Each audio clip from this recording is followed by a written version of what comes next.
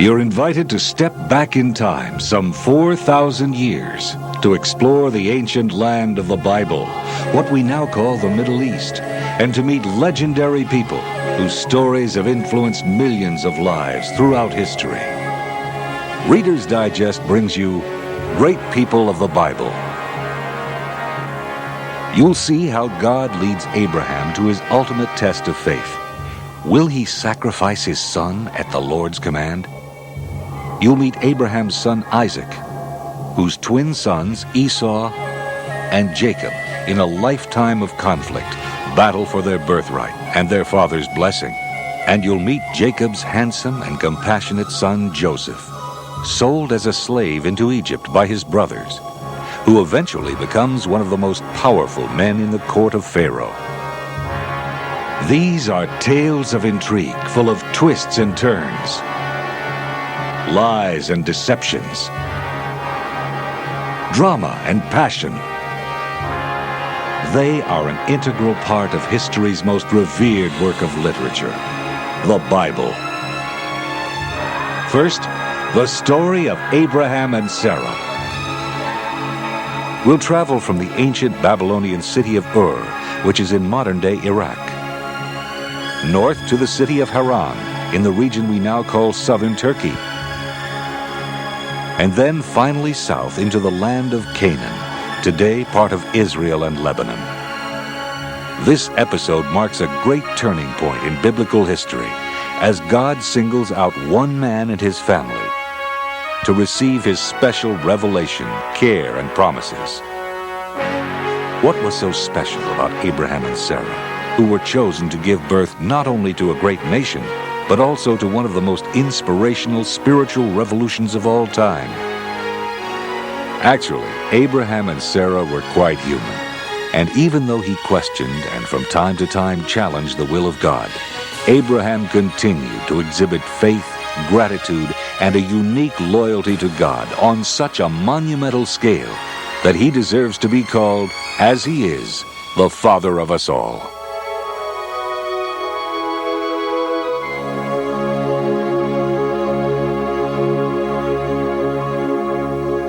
Our story begins in the city of Ur, in what is today Iraq. Here is where Abraham and Sarah spent their early years, about 2,000 years before the birth of Christ. The concept of one God had not yet been widely accepted, and they were surrounded by people who worshipped idols. In his waning years, Abraham's father, Terah, decided to move from Ur to the land of Canaan. So he took with him Abraham, Sarah, and his grandson Lot. They first traveled northward some 500 miles to Haran. Today, Haran is called Tel El Mugayar in southeastern Turkey. They settled there, and that is where Terah died. As the years went by, Abraham and Sarah lived an ordinary pastoral life, but there remained a tremendous void in their lives. They were never able to have children.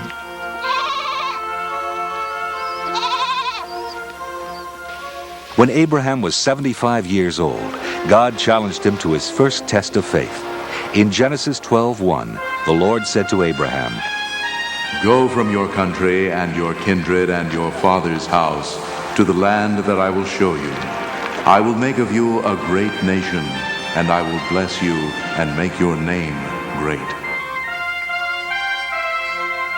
Abraham left his homeland in Haran to embark on a treacherous journey of some 400 miles south to the land of Canaan. His faith was strong, and he did as God commanded. With no maps to guide him, and not knowing the languages, he had to barter for provisions as he traveled through strange and sometimes hostile lands. When the caravan reached Canaan, God once again appeared, and in Genesis 12:7, the Lord said to Abraham, "To your offspring I will give this land." Abraham continued his journey through the land of Canaan to the oak of Moreh at Shechem, and to the mountains to the east of Bethel, where he built altars, a tribute to his faith in God.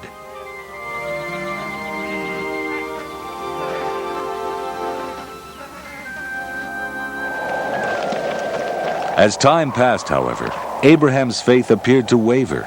Here he was, as God had led him, in a foreign land surrounded by pagans, and he and Sarah still childless. How was he to give this land to his offspring when he didn't have any land and he didn't have any children? And to make matters even worse, a severe famine swept through Canaan. Abraham and Sarah could not survive if they were to remain in Canaan. Not waiting for any divine message, Abraham took Sarah and Lot and the rest of his household and went down to the more fertile land of Egypt, where there was sure to be food. Before entering Egypt, Abraham had known about the killing of husbands and the kidnapping of wives. Not yet ready to trust completely in God's promise to ensure his safety, that evening, Abraham devised a plot that may very well have saved his life. He told Sarah, "You are a beautiful woman, and when the Egyptians see you, they will say, 'This is his wife,' and they will kill me, but they will let you live. Tell them instead, 'You are my sister.'"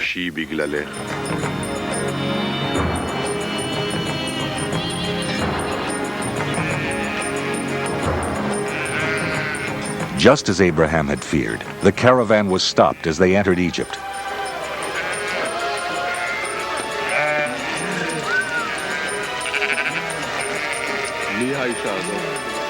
And when the officials of Pharaoh saw Sarah, they were impressed with her beauty and took her into Pharaoh's household. She was prepared for her introduction.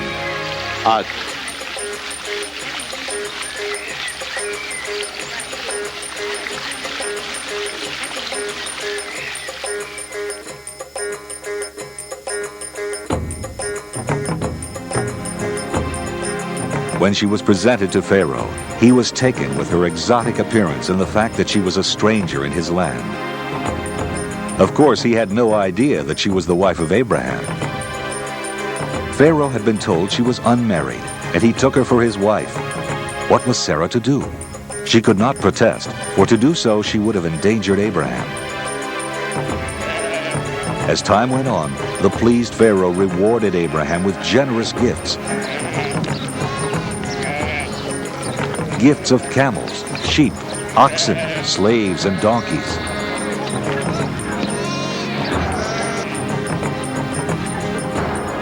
But then, Pharaoh and his entire household suddenly became deathly ill. Because of his sin with Sarah, the Lord had afflicted Pharaoh and his people with great plagues, even though Pharaoh had no knowledge that Sarah was indeed Abraham's wife. The hurt and angry Pharaoh summoned Abraham and blamed him for the plagues. "What is this you have done to me?" he cried. "Why did you not tell me Sarah was your wife? Why did you say she was your sister so that I took her for my wife? Here's your wife then. Take her and be gone." It was a wealthier and more prosperous Abraham who took his family and returned to the land of Canaan.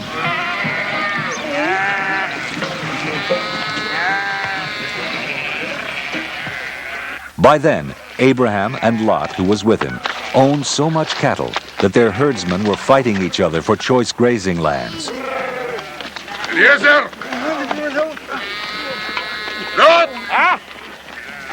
In a generous gesture befitting the benevolence of a true patriarch, Abraham took Lot to a point overlooking the land and said, "Let there be no strife between you and me, and between your herders and mine, for we are kindred. Is not the whole land before you? Separate yourself from me. If you take the land to the left, then I will take the land to the right. Or if you take the right, I will go to the left." The young Lot chose the better site, the rich and fertile land of Jordan, described in the Bible as well-watered everywhere, like the garden of the Lord, like the land of Egypt. So Lot settled among the cities of the plain and moved his tent as far as Sodom, and Abraham settled in Canaan. In Genesis 13:14, the Lord said to Abraham, Raise your eyes now and look from the place where you are, northward and southward and eastward and westward. For all the land that you see, I will give to you and to your offspring forever. I will make your offspring like the dust of the earth, so that if one can count the dust of the earth, Your offspring also can be counted. Rise up, walk through the length and breadth of the land, for I will give it to you. Abraham led his household through the land of Canaan and eventually set up his tents in Mamre, as he was commanded by God. Here Abraham built an altar to the Lord. It was there that this patriarch of peace was drawn into battle. In the valley of Siddim, in the area near the southern end of the Dead Sea, near the peninsula of Al-Lisan, a mighty war was being waged. The armies of the kings of Sodom and Gomorrah were routed by their enemies. The people of Sodom and Gomorrah fled to the hills, while the enemy took all their goods and provisions. And along with them, they took Abraham's nephew Lot as a prisoner. One of the soldiers who had escaped came and told Abraham that Lot had been taken captive. That night, Abraham assembled the men of his house, according to the Bible, 318 of them, and took off after the enemy. Abraham's army caught up with them, and under the cover of darkness, they attacked. The surprised enemy was routed and defeated.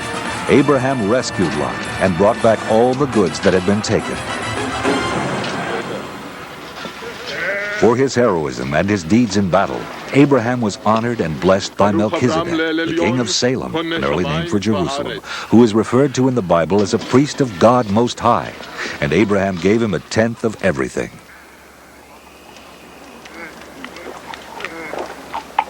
Baruch El Elyon asher migen tzarecha beyadech.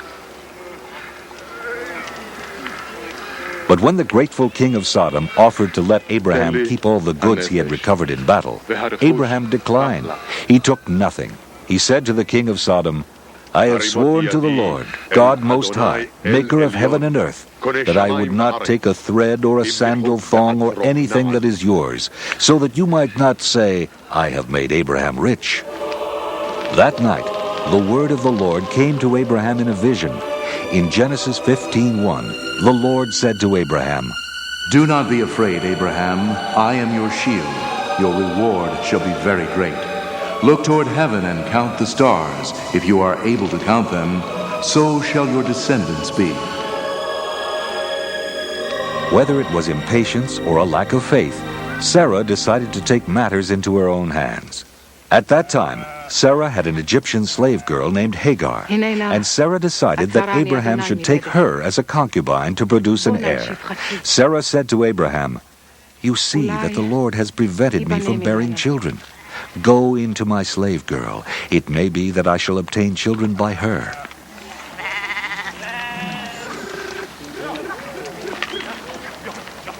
So after Abraham had lived 10 years in the land of Canaan, Sarah took Hagar, her slave girl, and gave her to her husband Abraham as a wife.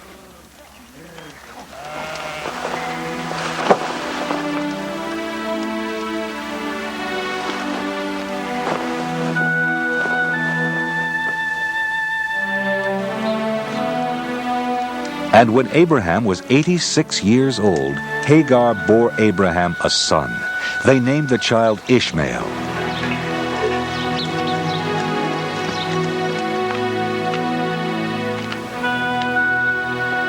"13 years later, when Abraham was 99, God once more appeared and repeated his promises to Abraham. This time, however, he also added a ritual requirement. In Genesis 17:4, God said, As for me, this is my covenant with you. You shall be the ancestor of a multitude of nations. I will make you exceedingly fruitful, and I will make nations of you, and kings shall come from you. And I will give to you and to your offspring after you the land where you are now an alien, all the land of Canaan for a perpetual holding. Every male among you shall be circumcised when he is 8 days old, and it shall be a sign of the covenant between me and you. Any uncircumcised male shall be cut off from his people. He has broken my covenant." At the same time, God also told Abraham he would give him a son by Sarah. Abraham fell down laughing. He said to himself, "How can a child be born to a man who is 100 years old? How can Sarah, who is 90 years old, bear a child?"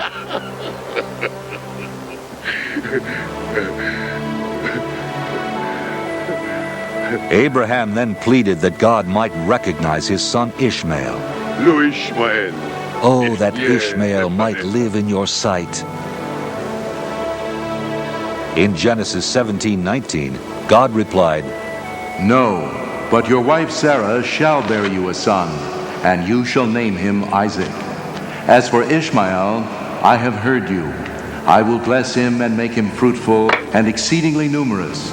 He shall be the father of 12 princes, and I will make him a great nation. But my covenant I will establish with Isaac, whom Sarah shall bear you at this season next year.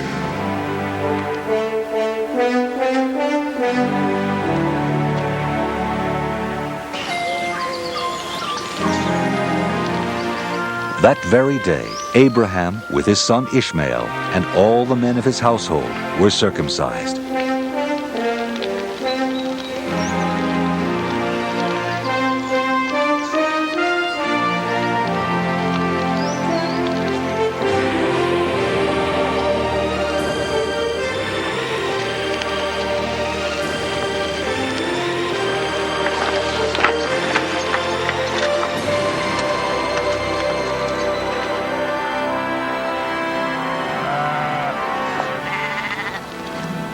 Sometime later, as he sat at the entrance of his tent in the heat of the day, Abraham looked up, and 3 men suddenly appeared in front of him.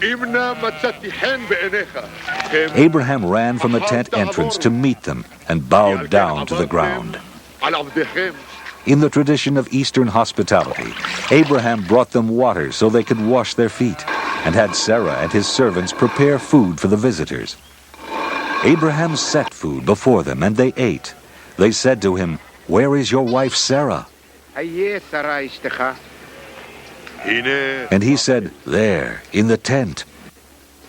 Then one said, I will surely return to you in due season, and your wife Sarah shall have a son.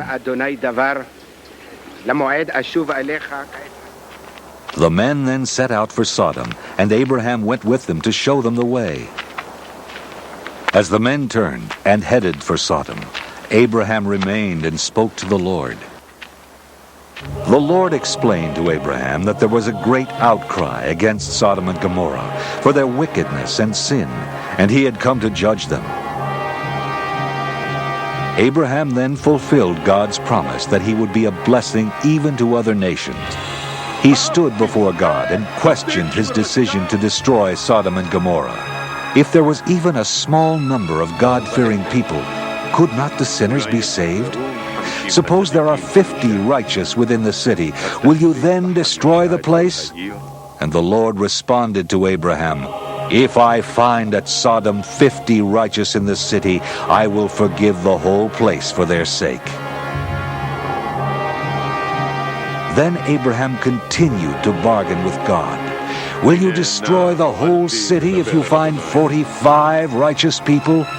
God answered, No. Abraham persisted. How about 40? How about 30? How about 20? And then, perhaps remembering he was indeed arguing with the Almighty, Oh, do not let the Lord be angry if I speak just once more. Suppose 10 are found there. Abraham's argument convinced the Lord, and the Lord promised Abraham, For the sake of 10 righteous, I will not destroy it. And the Lord went up from Abraham.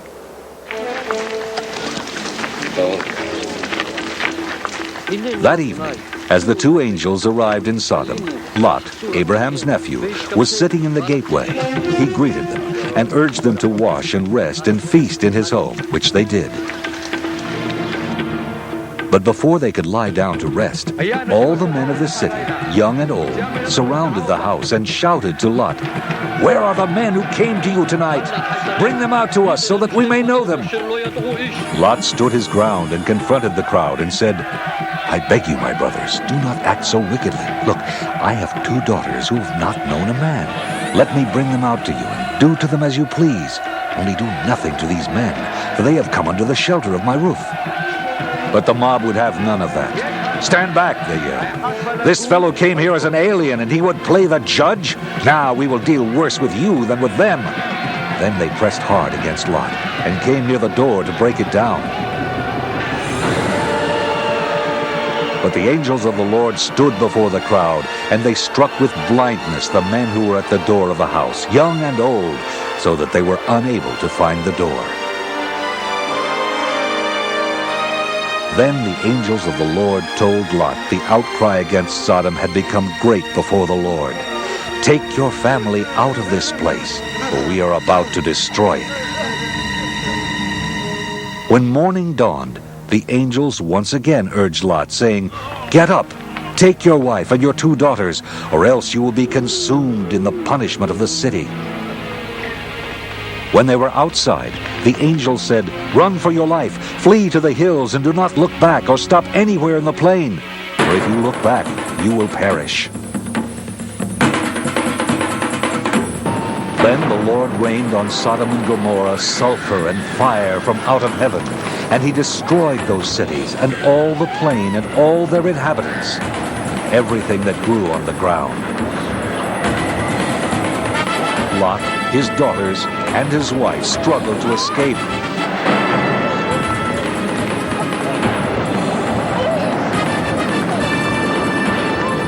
But Lot's wife behind him could not resist the temptation.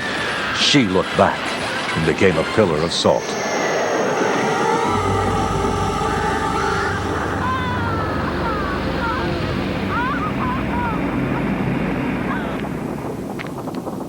Early the next morning, Abraham went to the place where he had stood before the Lord, and he gazed down toward Sodom and Gomorrah and the plain, and all he could see was the smoke rising, as it is described in the Bible, like the smoke of a furnace.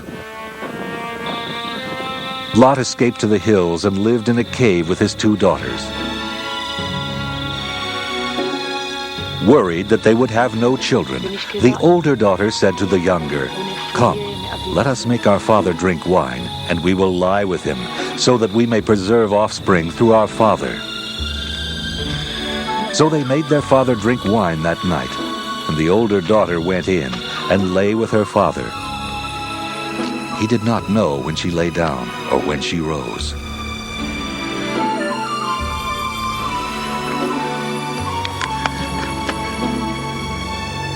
On the next night, they also made Lot drink wine, and this time the younger daughter lay with her father.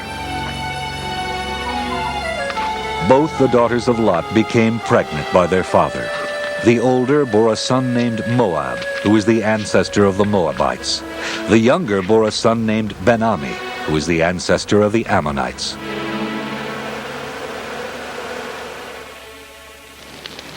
The Lord did for Sarah as he had promised. Sarah conceived and bore Abraham a son, and Abraham gave him the name Isaac. And Abraham circumcised his son Isaac when he was 8 days old, as God had commanded him. Abraham was 100 years old. The child grew and was weaned, and Abraham made a great feast. On the night of the celebration, when Sarah saw Abraham's son Ishmael playing with Isaac, she became jealous and said to Abraham, "Cast out this slave woman with her son, for he shall not inherit along with my son Isaac." Abraham was caught between the love for his wife and the love for his son. God's voice came to Abraham and told him to do as Sarah had asked. "It is through Isaac," God said, "that offspring shall be named for you."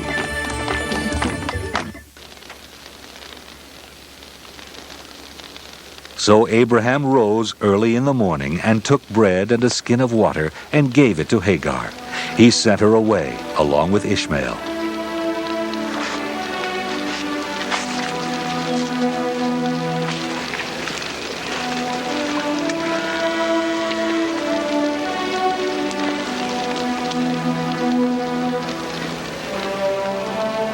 They wandered about in the wilderness of Beersheba.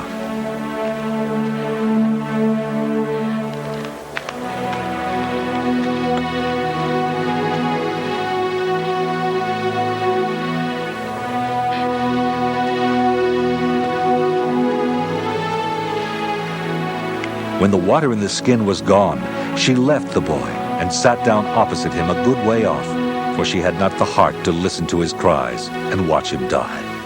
"Do not let me look on the death of the child," she cried. God heard the cries of Ishmael, and the angel of God called to Hagar from heaven and said to her, "Do not be afraid, for God has heard the voice of the boy where he is. Come, lift up the boy and hold him fast with your hand, for I will make a great nation of him." Then God opened Hagar's eyes, and she saw a spring of water. She took some in her hand and gave Ishmael a drink.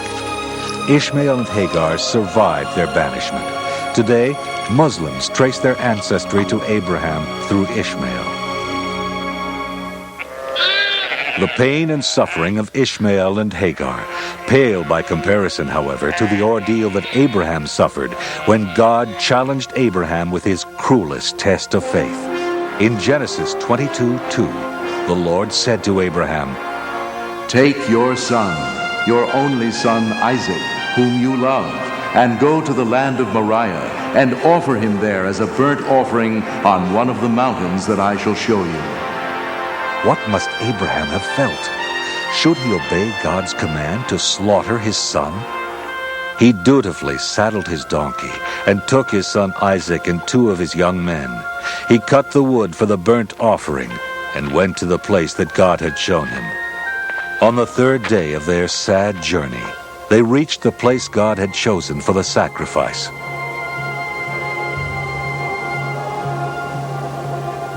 Abraham told the young men traveling with him to stay with the donkey, while Abraham and Isaac went ahead to worship.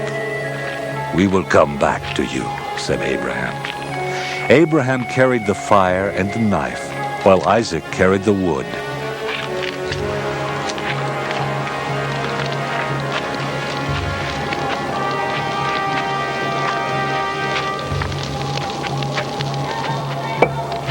When they reached the spot, Abraham erected an altar. Isaac questioned his father. "The fire and the wood are here, but where is the lamb for the burnt offering?" Abraham then responded with the heart-rending words, "God will provide himself the lamb for a burnt offering, my son."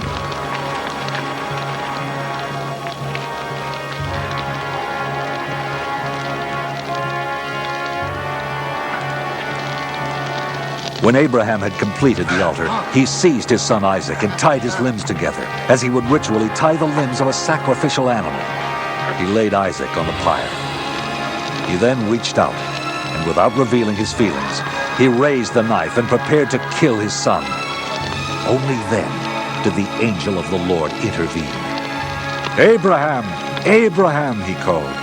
And Abraham responded, "Here I am." The angel of the Lord said, "Do not lay your hand on the boy, or do anything to him.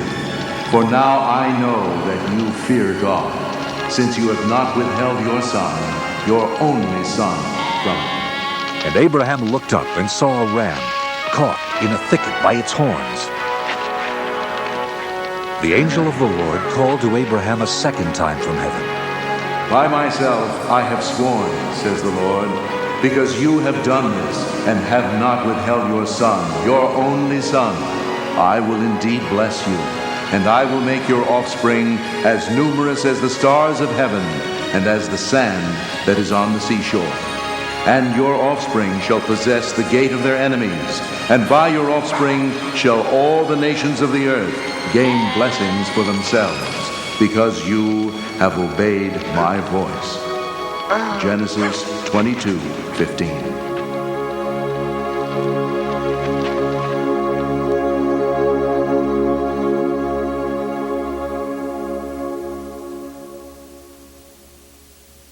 The story of Abraham and Sarah ends, and the story of Isaac, Jacob, and Esau begins in the land of Canaan, in the land we now call Israel. Scholars of the Bible often compare the life of Isaac with the life of Jesus, their miraculous births, and their unquestioning obedience at the time they were called upon to be sacrificed. Here is where those extraordinarily similar events took place, in Bethlehem, Jerusalem, Mamre, and Moriah, separated by 2,000 years and less than 50 miles. According to the Old Testament, Isaac's mother, Sarah, died when she was 127 years old in Hebron, in the land of Canaan. Abraham, Isaac, and her loved ones mourned and wept, and buried her in a cave facing Mamre. 3 years later, when Isaac was 40 years old, Abraham ordered his oldest, most trusted servant to find a wife for Isaac. In the tradition of the times, Abraham had him place his hand under his thigh and made him swear by the Lord that he would not choose a wife for Isaac from the Canaanites among whom they were living. Instead, Abraham wanted his servant to go back to Abraham's ancestral lands in Padan Aram, where he might find a more suitable wife for Isaac. "But suppose the woman doesn't want to follow me back here," asked the servant. "Shall I take Isaac back to your homeland?" "No, you must promise me that you will not take Isaac back there."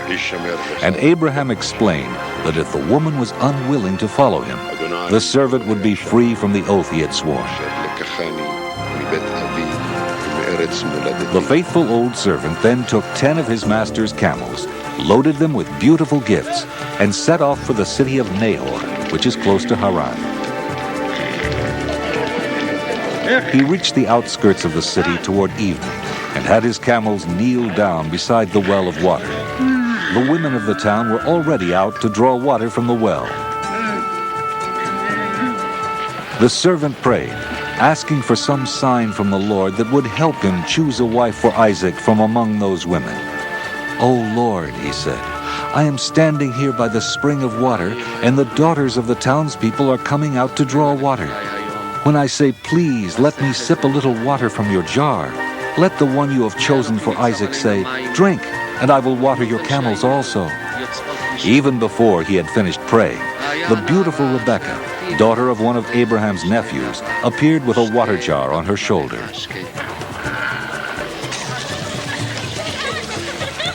The servant went to meet her and said, "Please let me sip a little water from your jar." He wondered if she was the woman God had chosen to be the wife of Isaac.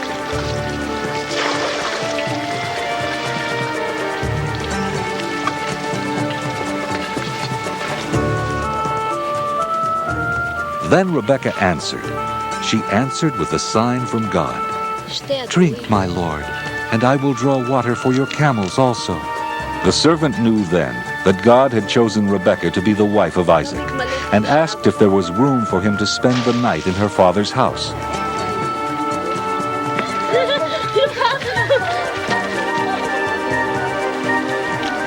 Rebekah ran home and told her brother Laban what had happened.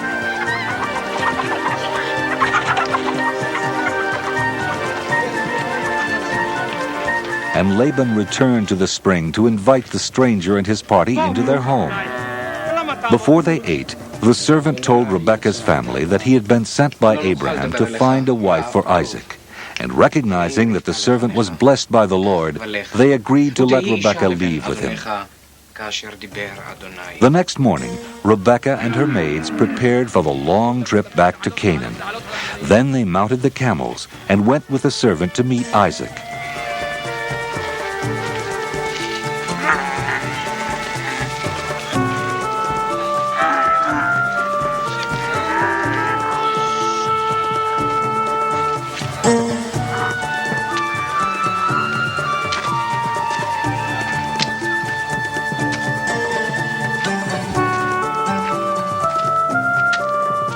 Isaac was settled in the Negev and happened to be out for a stroll in the field. When he looked up, he saw camels approaching and went to meet the caravan. When Isaac and Rebekah saw each other for the first time, it was love at first sight.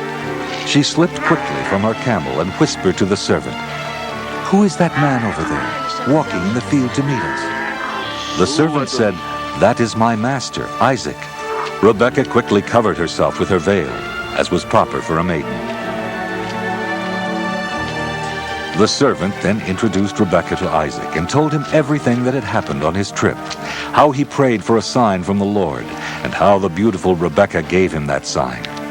Rebekah and Isaac fell very much in love and were married, and there was a great celebration. In Genesis 24:67, the Bible tells us, Then Isaac brought her into his mother Sarah's tent. He took Rebekah, and she became his wife, and he loved her. So Isaac was comforted after his mother's death.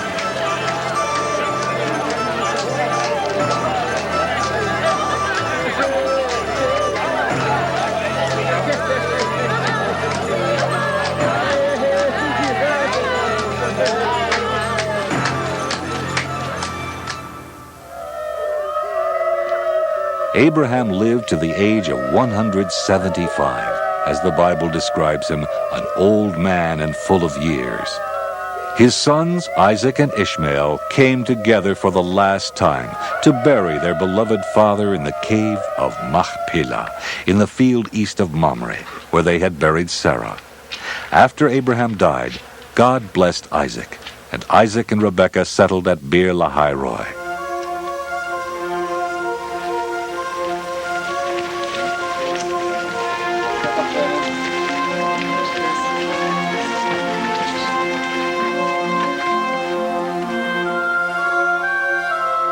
After 20 years of marriage, Rebekah finally became pregnant. Rebekah was having difficulty conceiving a child, but Isaac prayed to the Lord, and the Lord answered his prayer, thereby perpetuating the family of Abraham. Rebekah's pregnancy was extremely difficult. She had conceived twins, and the children within her were scuffling even before they were born. This was distressing to Rebekah, who said, "If it is to be this way, why do I live?" In Genesis 25:23, the Lord explained to Rebekah, "Two nations are in your womb, and two peoples born of you shall be divided. The one shall be stronger than the other. The elder shall serve the younger." And when her time came to give birth, the first twin was born covered in red hair. The second child emerged holding on to his brother's heel. תאומים היו בבטנה.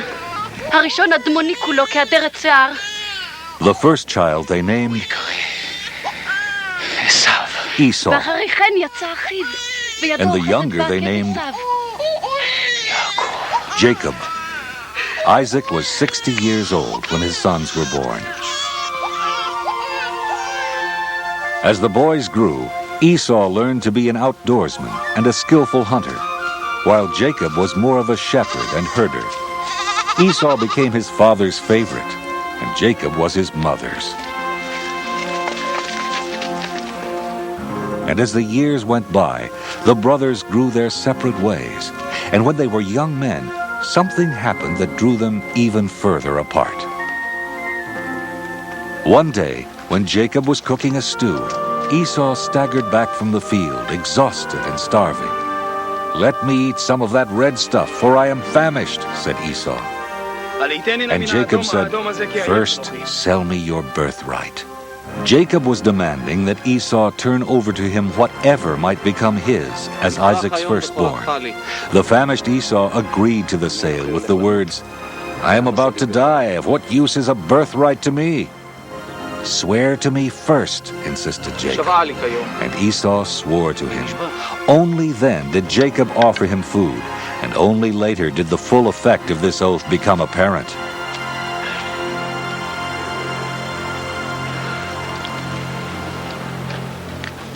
When a famine came to the land, Isaac considered going to Egypt, where he knew there would be food, as his father Abraham had done before him. He traveled as far as Gerar. But then Isaac received his first vision.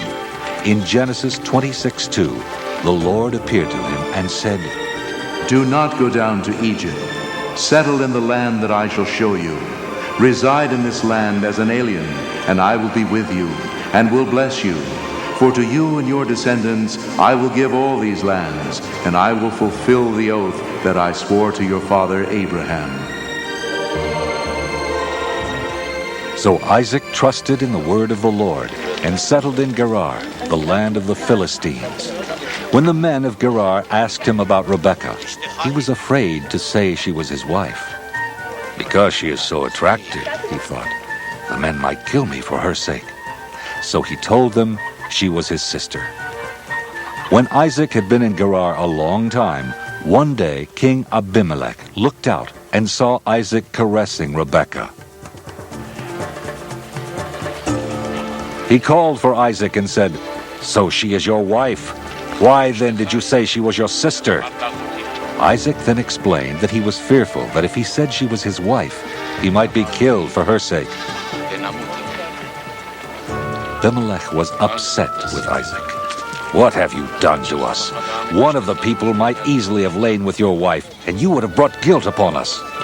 But sensing the hand of the Lord, Abimelech warned all the people, "Whoever touches this man or his wife shall be put to death." The Lord blessed Isaac so abundantly that his crops reaped 100-fold, and he became very wealthy. From there, Isaac went up to Beersheba, where the Lord appeared to him. In Genesis 26:24, the Lord said to him, I am the God of your father Abraham. Do not be afraid, for I am with you, and will bless you and make your offspring numerous for my servant Abraham's sake. In Genesis 27:1, we read of Isaac as old and rather feeble. His eyes were dim so that he could not see. He called to his firstborn and favorite son, Esau, for he wanted to give him his blessing. To understand the full impact of this story, it is important to know that according to ancient belief, blessings or curses were powerful acts because they had the power to produce the intended results. A blessing, once given, could neither be withdrawn nor given to another, for it came from God. Here is where God's prophecy to Rebekah before her sons were born is fulfilled. The elder shall serve the younger.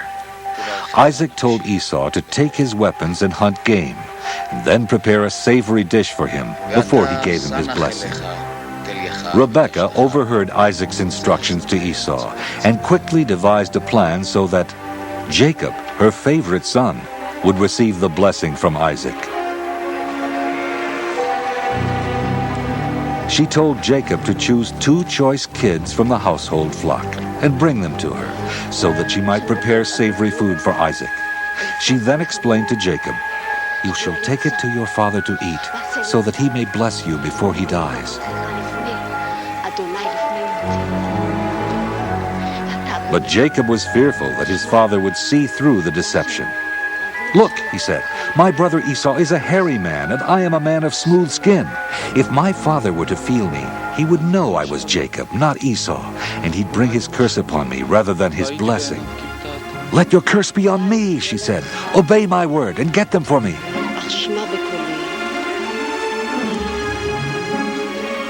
And so it was that Jacob got them, and Rebekah prepared savory food, just as Isaac loved. For his disguise, Rebekah took some of Esau's finest clothes and put them on Jacob.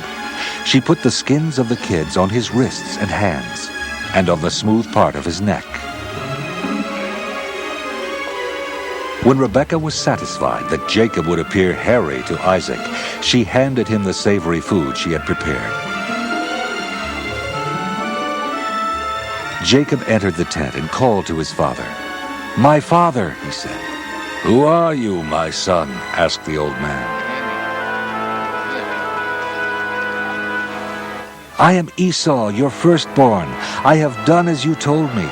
Now sit up and eat of my gain, so that you may bless me." Isaac was suspicious. "How is it you hunted the game and cooked it so quickly, my son?" And Jacob answered, "Because the Lord your God granted me success. Come near, that I may feel you, my son, to know whether or not you are really my son Esau." So Jacob went up close to him.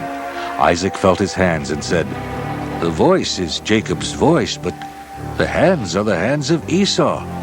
Are you really my son Esau?" And Jacob answered, "I am." He then gave his father the food and wine, and his father ate and drank.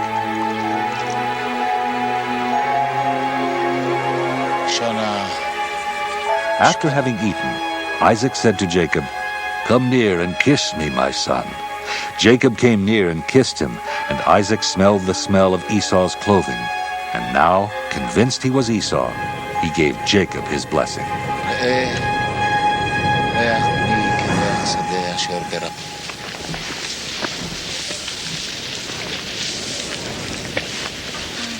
No sooner had Isaac finished blessing Jacob than his brother Esau returned from his hunting.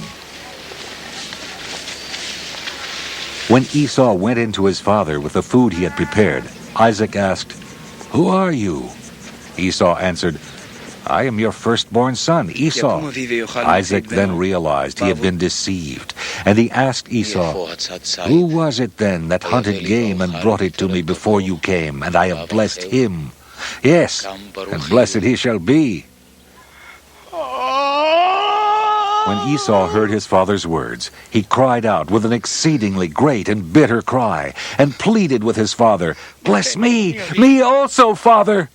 But Isaac said, "Your brother came deceitfully, and he has stolen your blessing." "He has supplanted me twice," cried Esau. "First he took away my birthright, and now he has taken away my blessing. Have you not reserved a blessing for me?" Then Isaac answered Esau's plea, "I have already made him your lord, and I have given him all his brothers as servants, with grain and wine to sustain him. What then can I do for you, my son? Have you only one blessing?" cried Esau. "Bless me, me also, father." And Esau lifted up his voice and wept. There was nothing Isaac could do. The deed was done, and Esau had lost the blessing he should have received as the firstborn son. Now Esau hated Jacob for what he had done, and Esau vowed that once his father died, he would kill Jacob. Esau's threat reached Rebekah, and she explained to Jacob, "Your brother is consoling himself by planning to kill you." She then instructed Jacob to flee at once to Haran, where he could stay with her brother Laban. "Until Esau forgets what you have done to him, then I will send for you and bring you back from there. Why should I lose both of you in one day?" Then Isaac called Jacob and once again blessed him, and ordered him not to marry any of the Canaanite women, but to go at once to Padan Aram and take one of the daughters of Rebekah's brother Laban as a wife.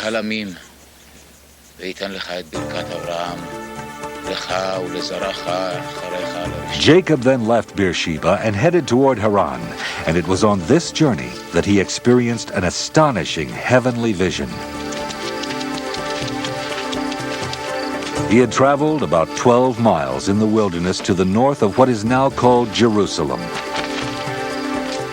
When the sun had set, he chose a place to rest, and he picked up one of the stones for a pillow, put it under his head, and fell asleep.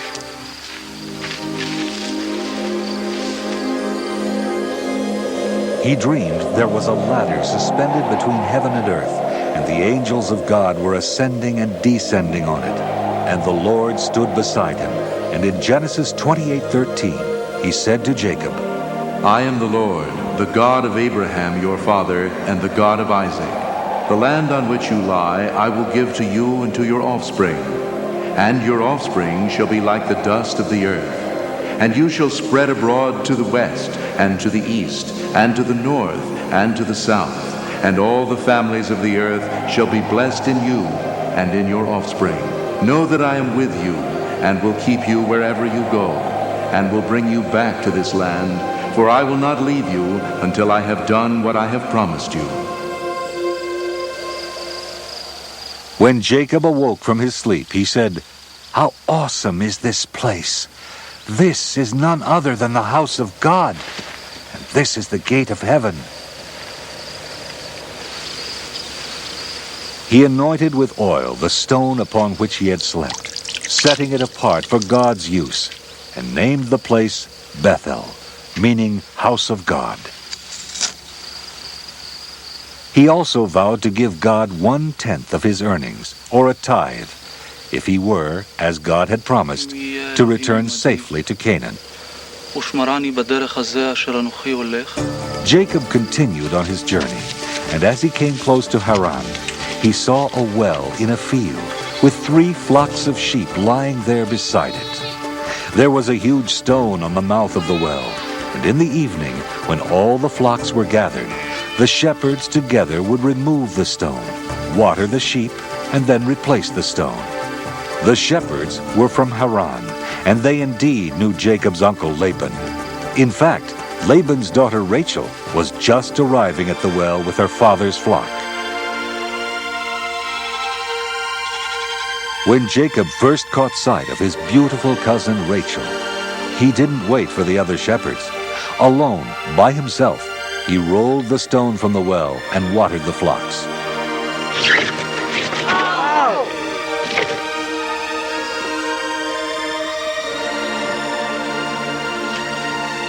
Rachel was immediately taken with the stranger, as he was with her.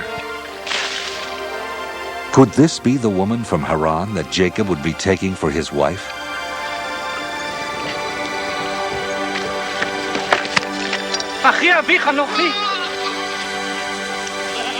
Jacob ran to Rachel and kissed her.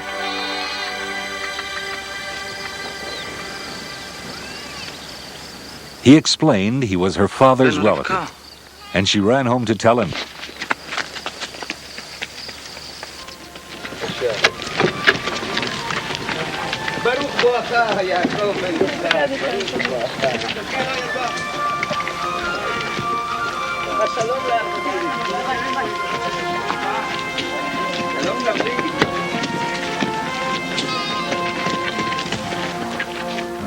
Jacob stayed in Laban's home and worked with him, and after a month, Laban said to him, "Just because you are my kinsman, should you therefore serve me for nothing? Tell me what your wages should be." Now Laban had 2 daughters. The beautiful Rachel was the younger, and the less attractive Leah was older, and Jacob had fallen in love with Rachel. So he made a bargain with Laban. "I will serve you 7 years for your younger daughter Rachel." And Laban agreed. The 7 years seemed to Jacob but a few days because of his love for Rachel. And after the 7 years had passed, he went to Laban and said, "Give me Rachel as my wife, that I may consummate my marriage with her." Laban agreed and prepared a huge feast.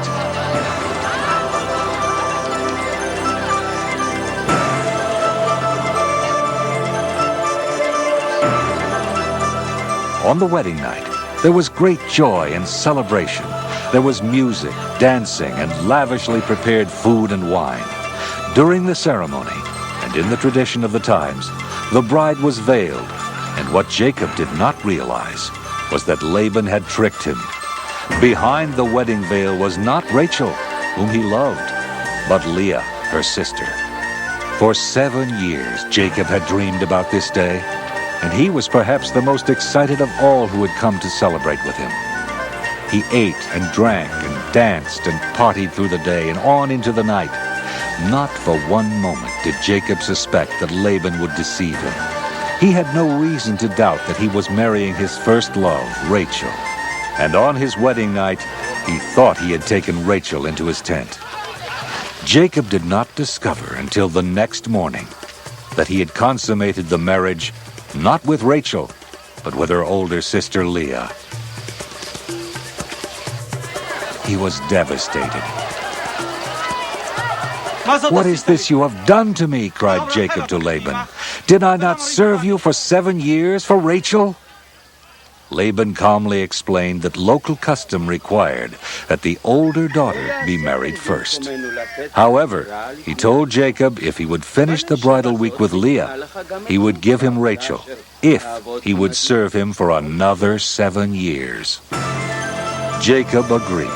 After the week with Leah, Jacob married Rachel and served his uncle another 7 years.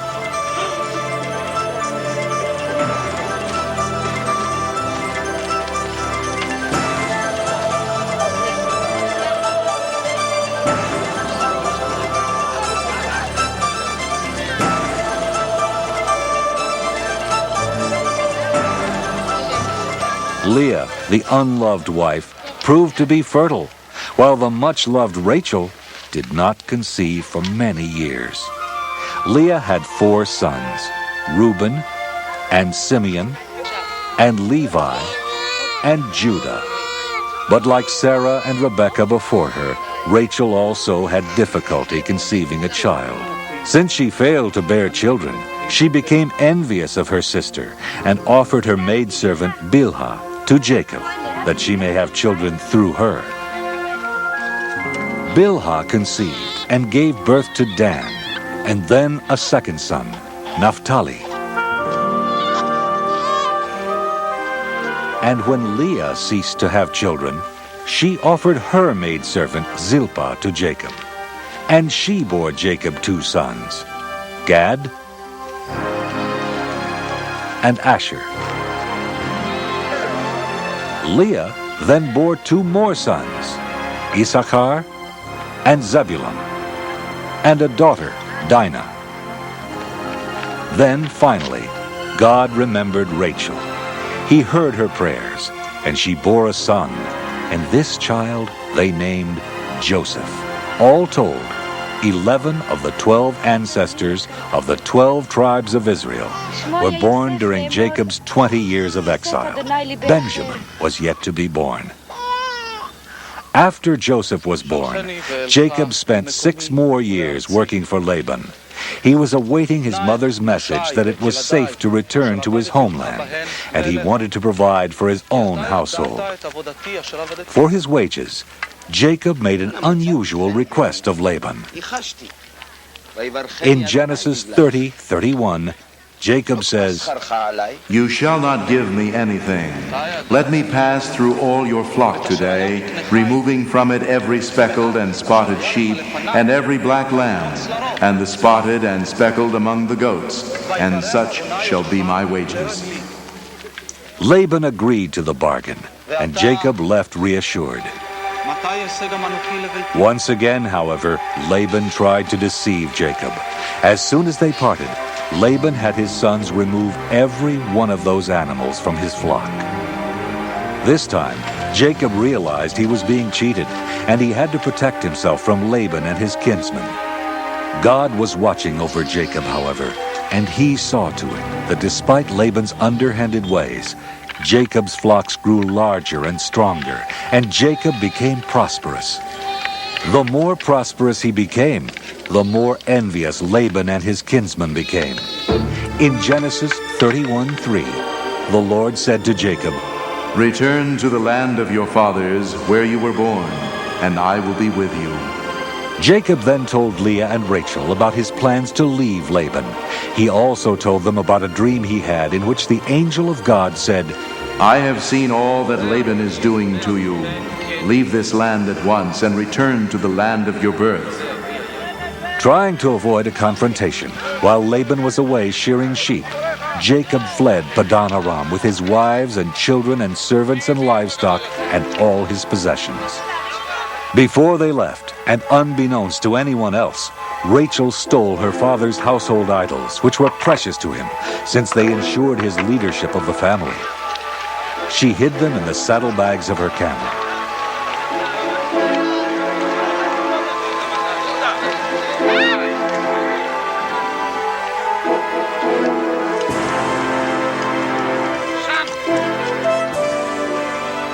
Three days later, when Laban returned, he was furious. He pursued Jacob for 7 days and finally caught up with him in the hill country of Gilead, west of the Euphrates River. Jacob and his people feared for the worst. They prepared for battle, but there was none. Laban had come in peace.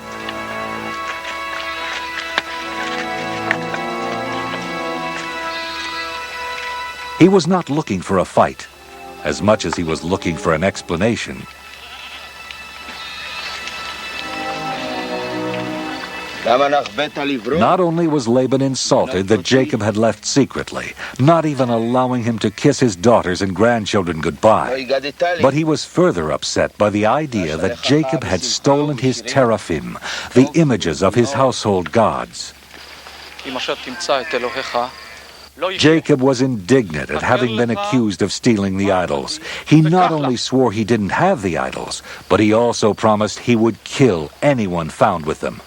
He invited Laban to search the camp.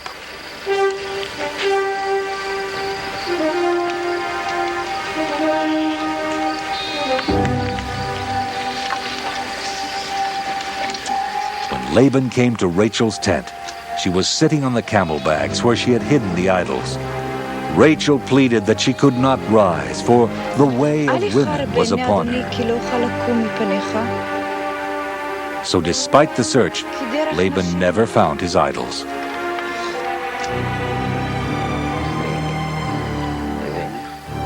Afterwards, Jacob and Laban made a pact of peace. The following day, Laban kissed his daughters and grandchildren goodbye, and the two men and their parties went their separate ways.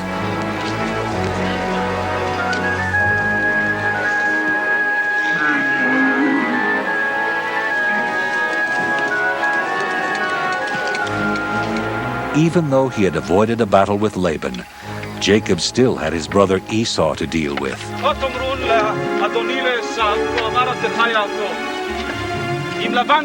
He decided to send messengers ahead to Esau in the land of Seir, the country of Edom. He told them to tell Esau that he had been living with Laban as an alien and had been detained there until now.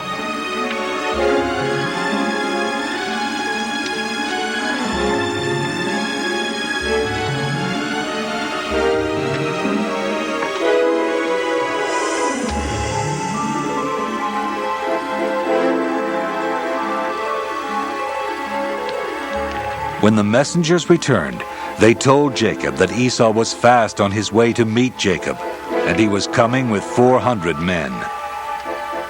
Jacob panicked. He and his party were no match for 400 men, and he was afraid that Esau would kill them all. He did what he could. First, he sent lavish gifts to Esau, including hundreds of sheep and goats and scores of cattle and camels, hoping to appease him. And at the same time, he moved his household and remaining goods to a safer place, back across the Jabbok, a tributary of the Jordan River. One of the most baffling stories in the Bible occurs when Jacob was alone that night on the bank of the Jabbok.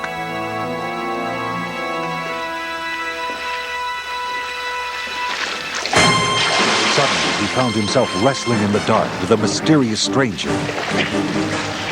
Religious scholars for generations have debated the significance of this wrestling match. Does it symbolize the Israelites' persistent struggles with the Lord and the divine blessing it earned? Is it the battle every human must undergo with the forces of evil?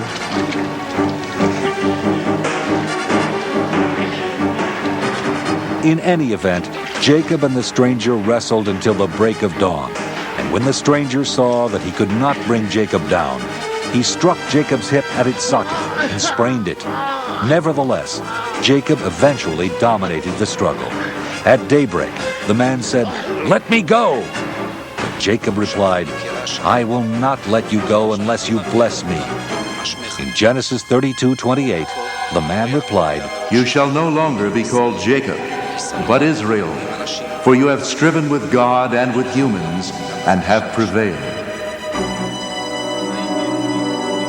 Before the sun rose, the stranger left. As Jacob limped away, he realized he had come face to face with God and survived.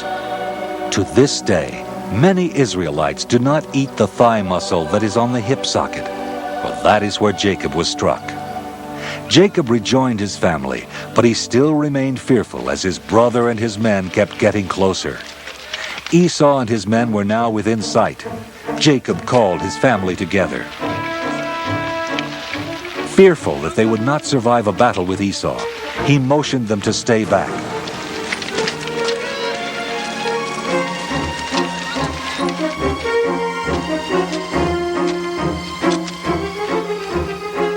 When Esau came closer, Jacob bowed to the ground 7 times. The two brothers, who had not seen each other for over 20 years, approached each other. Jacob's fears of Esau were unfounded, for his forgiving brother ran joyously toward him, embraced him, and kissed him.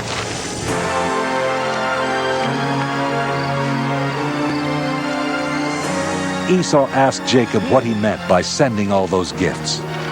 And Jacob replied, "To find favor with my Lord." But Esau said, I have enough, my brother. Keep what you have for yourself. But Jacob insisted, and Esau finally accepted the gifts.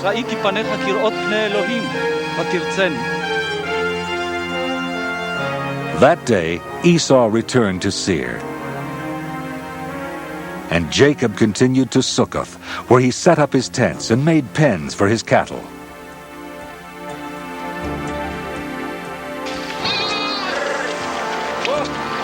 Many years later, Jacob finally arrived safely at Shechem in the Promised Land, the land of Canaan, and he set up camp within sight of the city.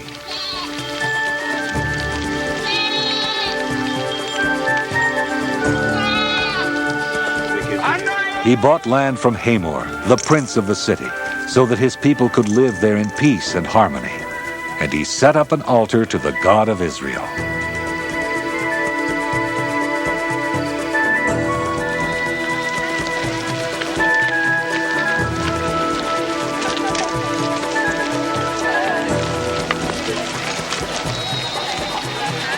When Dinah, the daughter of Jacob and Leah, went out to visit some of the women of the land, Hamor's son, Shechem, seized her and raped her.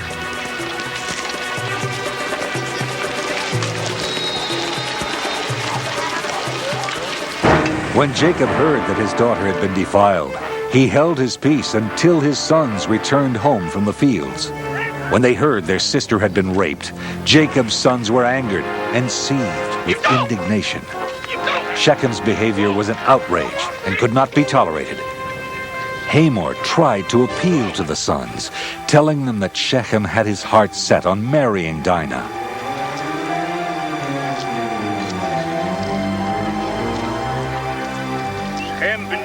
And then Shechem himself appealed to Jacob and his sons, telling them no matter how high they set the bride price, he would pay whatever they asked. Only give me the girl to be my wife. We cannot do this thing, replied the brothers, to give our sister to one who is uncircumcised, for that would be a disgrace to us. Only on this condition will we consent to you, that you will become as we are, and every male among you be circumcised. But if you will not listen to us and be circumcised, then we will take our daughter and be gone.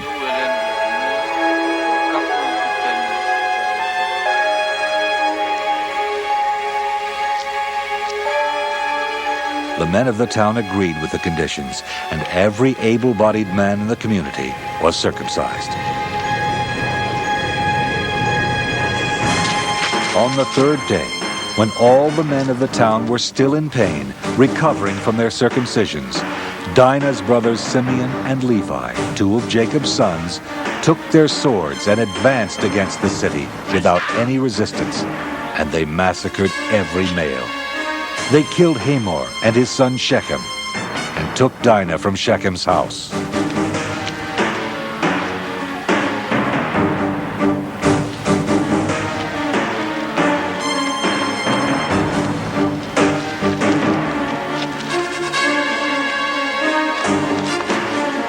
Then the other sons of Jacob followed up the slaughter and continued to sack the city of Shechem.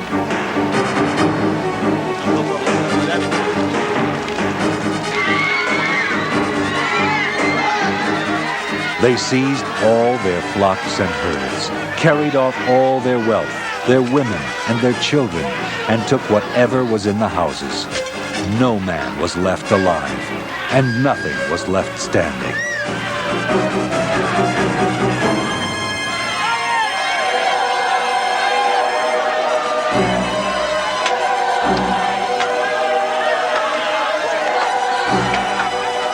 Jacob was gravely disturbed.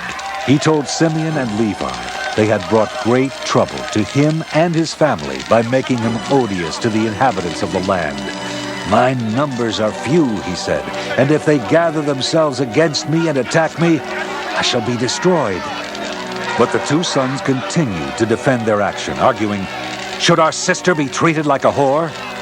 Shortly thereafter, Jacob left Shechem, and in Genesis 35:1, the Lord said to Jacob, Arise, go up to Bethel and settle there. Make an altar there to the God who appeared to you when you fled from your brother Esau." So Jacob and all his people journeyed to Bethel in the land of Canaan. There, on the site of the vision of the angels on the ladder, he restored the altar he had built 20 years earlier. Once again, God appeared to Jacob and blessed him. In Genesis 35:9, God said to Jacob, "Your name is Jacob. No longer shall you be called Jacob, but Israel shall be your name. I am God Almighty. Be fruitful and multiply. A nation and a company of nations shall come from you. The land that I gave to Abraham and Isaac I will give to you, and I will give the land to your offspring after you." Even after all these years, Isaac was still alive, and Jacob decided to visit him. On the journey, Rachel went into labor, not far from Bethlehem, where 2,000 years later, and just a few miles away, Jesus was born.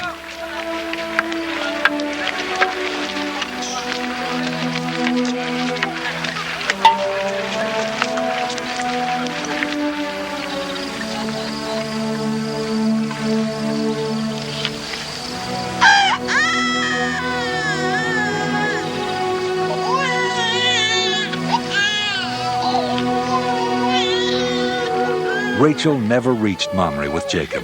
While giving birth to Benjamin, her second son, she died.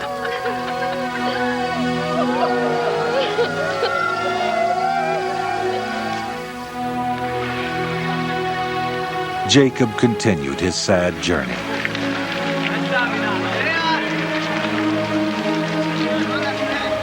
Soon after he arrived in Mamre, his father, Isaac, also died. He was 180 years old.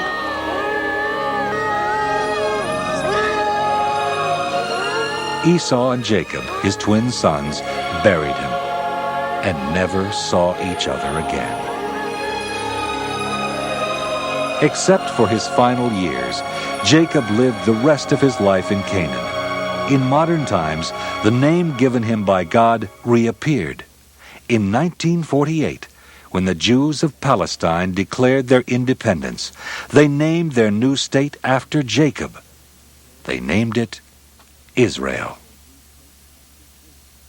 Now the story of Joseph and his brothers, which takes us from Israel to the land of Egypt. Joseph was the son of Jacob, grandson of Isaac, and great-grandson of Abraham. He was born in Israel some 200 years after the birth of Abraham, but his adventures took him south on a perilous journey to Egypt. Unlike Abraham, Isaac, and Jacob, Joseph never talks directly with God, but instead receives the Lord's messages through dreams, which were in those days considered divine communications.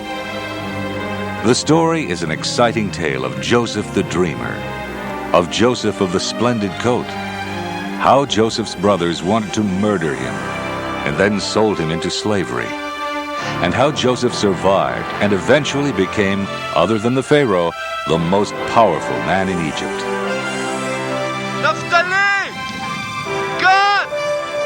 Hashem! When Joseph was 17, he was still living with his father Jacob and his 11 brothers. As you remember, Jacob had 12 sons, 6 by his first wife Leah, Reuben, Simeon, Levi, Judah, Issachar, and Zebulun. 2 sons by Leah's maid Zilpah, Gad, and Asher. And 2 sons were by his second wife Rachel's maid Bilhah, Dan and Naphtali. After years of not having children of her own, Rachel, Jacob's first love, gave birth to Joseph, who became his favorite. Benjamin, his 12th son, was born later.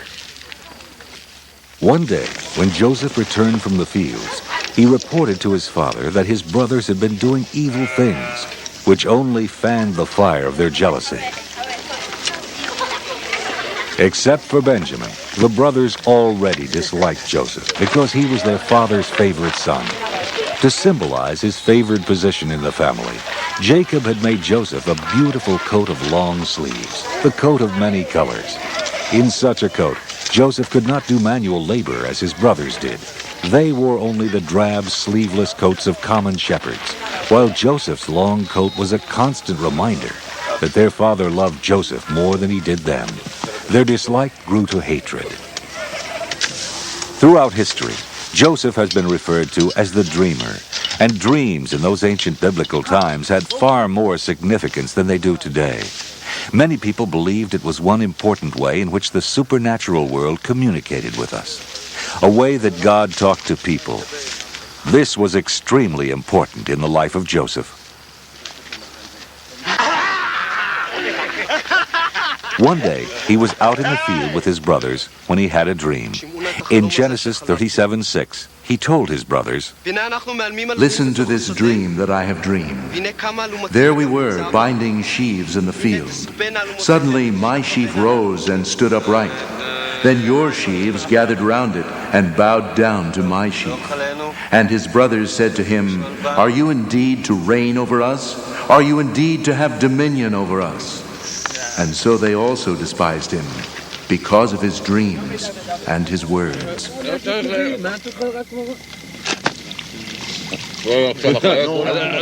Then Joseph had another dream, in which his brothers all bowed down to him. And when he told it to them, their hatred grew to rage. הנה חלמתי חלום עוד. הנה השמש והירח ו11 הכוכבים משתחווים לי.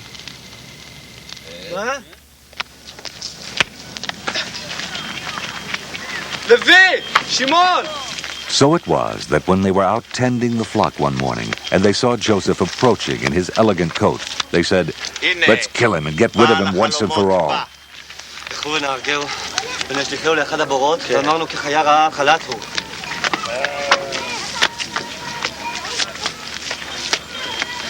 ונראה מה יהיו חלומותיו. לא נקנו נפש! למה לא? אל But תשפכו Reuben, דם! the eldest brother, argued, No, let's not kill him. Shed no blood. Why don't we just throw him into this dry well here in the wilderness?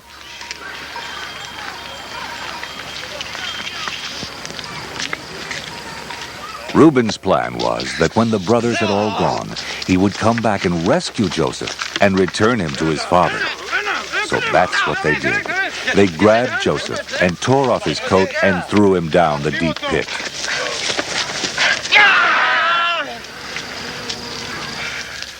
Sometime later, when Reuben was away, the other brothers saw a caravan of Ishmaelites approaching. And Judah said, What's the profit in slaying our brother? After all, he's our own flesh. Why don't we just sell him to the Ishmaelites?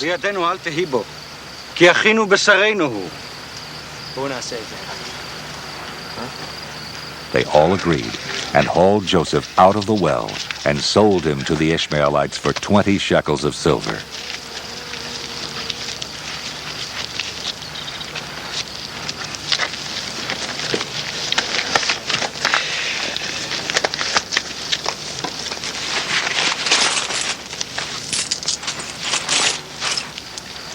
Then they decided to cover up their crime by killing a goat and dipping Joseph's beautiful coat in the blood to make it look as though Joseph had been killed by a wild animal.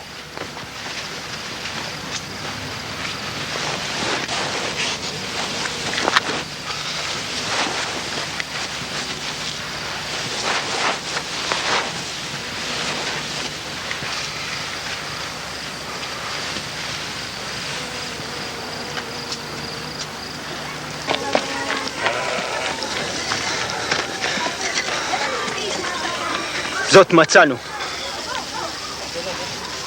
הקרנה, הכתונת בן ההיא אם לא. When the brothers showed the bloody coat to Jacob, he was convinced that his beloved Joseph had been devoured by a wild beast. As the Bible tells us in Genesis 37:34. Then Jacob tore his garments and put sackcloth on his loins and mourned for his son many days. And all his sons and daughters rose up to comfort him, but he refused to be comforted. Thus his father wept for him. בלי הבן שלה.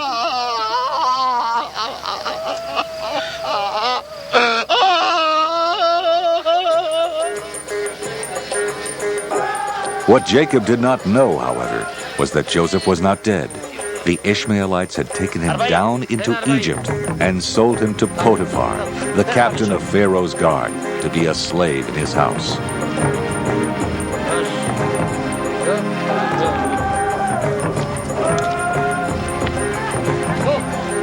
God, however, continued to watch over Joseph, as we learn from Genesis 39:2. The Lord was with Joseph, and his masters saw that the Lord was with him, and that the Lord caused all that he did to prosper in his hands. So Joseph found favor in his sight, and he made him overseer of his house, and put him in charge of all that he had. The Lord blessed the Egyptian's house for Joseph's sake. The blessing was upon all that he had in house and field.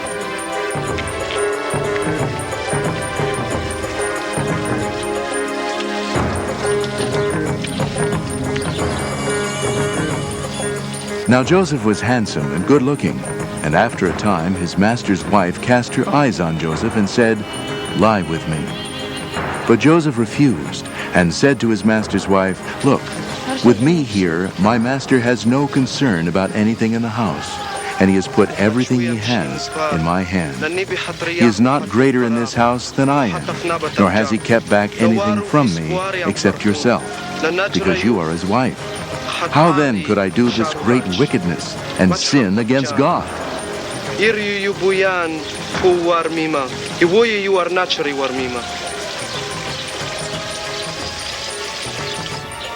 But Potiphar's wife kept after him day after day.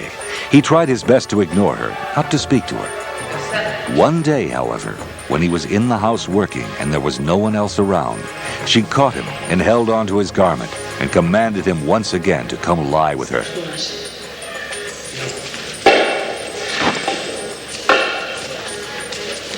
He tore away from her and fled, leaving his garment in her hand. Potiphar's wife was furious with Joseph's rejection, and she was determined to punish him. She screamed for help. "See, my husband has brought among us a Hebrew to insult us. He came in and tried to lie with me, and when I screamed, he fled. But he left his garment behind."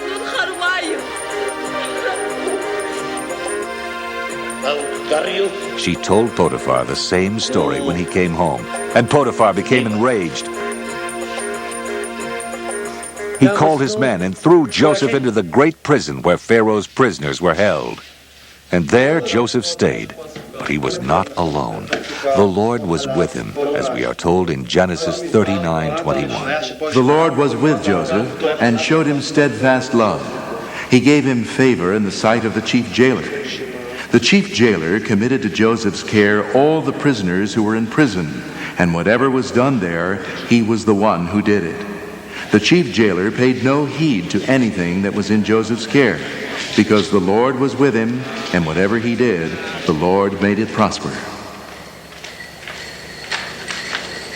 Sometime after this, 2 new prisoners arrived. One was the chief cupbearer of the Pharaoh, and the other was his chief baker. They had somehow angered the king, and he had sent them to prison.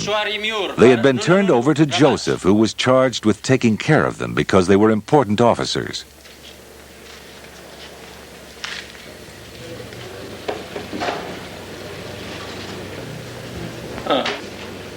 One night, both of these new prisoners had troubling dreams, all the more troubling since dreams were considered messages from God.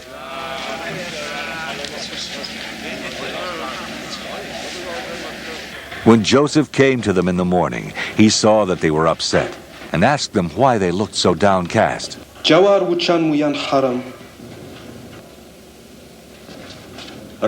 They told him that they had dreams, but they had no one to interpret them. And Joseph told them, with God's help, he would interpret their dreams. The chief cupbearer told him that he had dreamed of a vine with 3 branches, and that the branches blossomed and then ripened into clusters of grapes.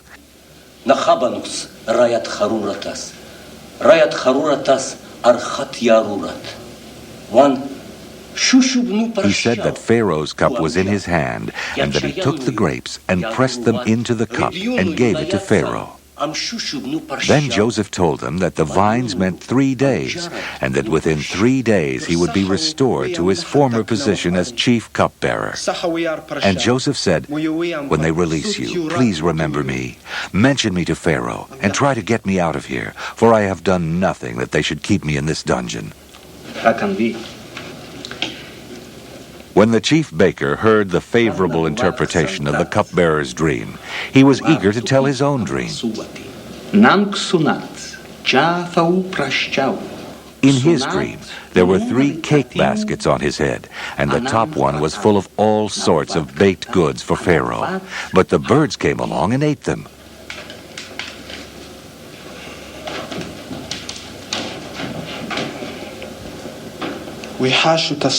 And Joseph said, "This is the interpretation. The 3 baskets are 3 days. In 3 days, Pharaoh will lift up your head from you and hang you on a tree, and the birds will eat the flesh from you."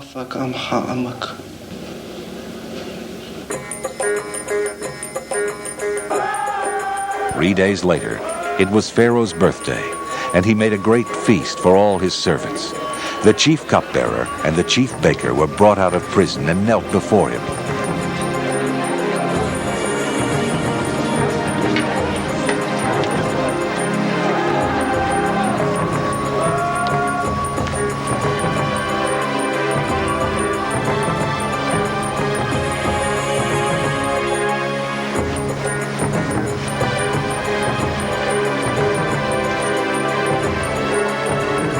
He restored the chief cupbearer to his former position, and he placed the cup in Pharaoh's hand.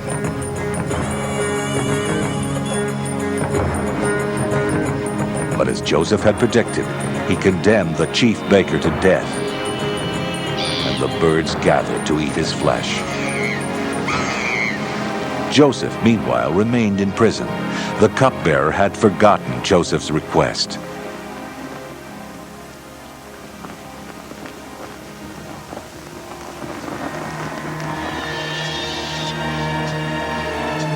One night, 2 years later, Pharaoh had a dream which awakened him. But he went back to sleep.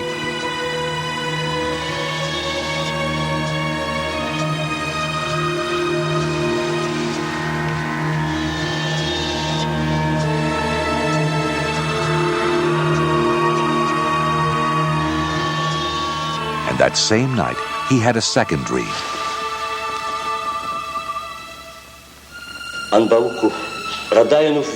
In the morning, the 2 dreams troubled him so much, he sent for all the magicians and wise men of Egypt to explain what the dreams had meant. But none of them could interpret the dreams. It was then that the chief cupbearer remembered Joseph. He told Pharaoh about the young Hebrew slave in prison who could interpret dreams.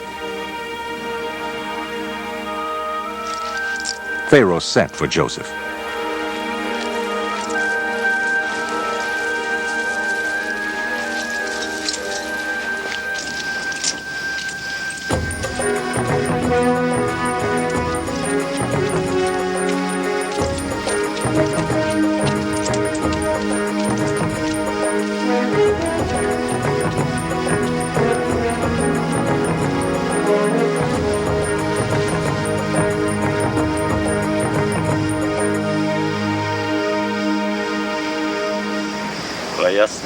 And when Joseph appeared before him, Pharaoh said, "I hear you can interpret dreams."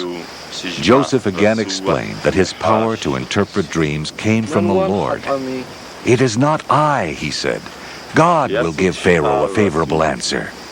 Then Pharaoh said, "I dreamed I was standing on the banks of the Nile and saw 7 sleek fat cows grazing on the reeds, and 7 gaunt, thin, starving cows came up and ate the 7 fat cows. In my second dream I saw 7 ears of grain, full and good, growing on one stalk, and 7 ears withered, thin, and blighted by the east wind, sprouting after them, and the thin ears swallowed up the good ears."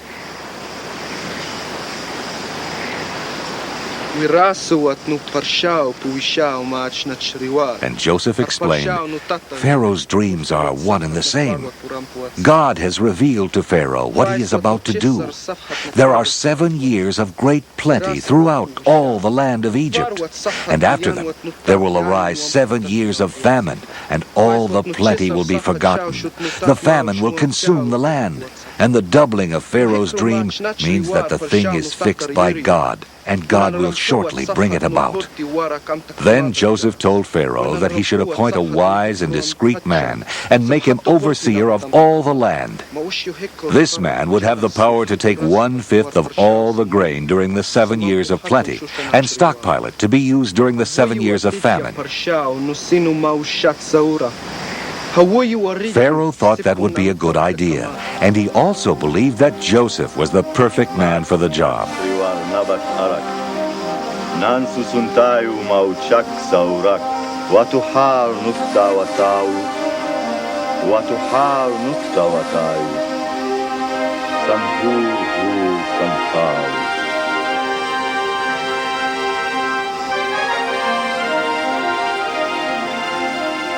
He took off his signet ring and placed it on Joseph's finger.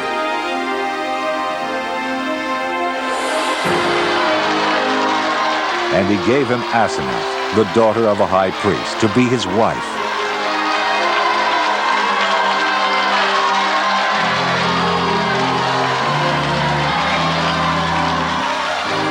Joseph was 30 years old, and at that time, with the exception of Pharaoh himself, there was no one in Egypt more powerful. As it happened, events turned out exactly as Joseph had foreseen. In the next 7 years, there was a bountiful harvest every year, and the granaries were full to overflowing, as the Bible says, full beyond measure, thanks to the foresight and diligence of Joseph. So also was Joseph's life full beyond measure. He had gained great prestige, great wealth, and Asenath had given birth to 2 sons. Joseph, however, took no credit for his great success. In Genesis 41:51, Joseph says, God has made me forget all my hardship and all my father's house. God has made me fruitful in the land of my misfortunes.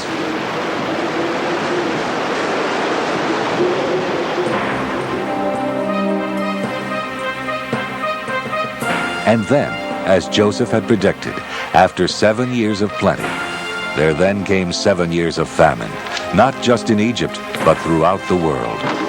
Joseph continued to be in charge and oversaw the distribution of grain to the starving people. Not only was there enough grain for the Egyptians, but there was enough to be sold to other people as well. As the Bible says, all the earth came to buy grain from Joseph.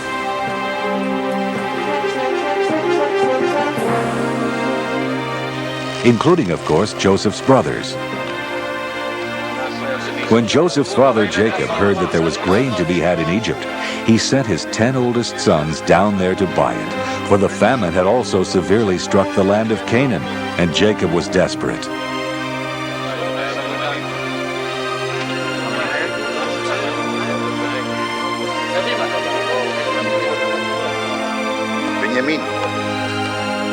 He kept Benjamin, his youngest son, by his side because he was afraid that harm might come to him on the journey.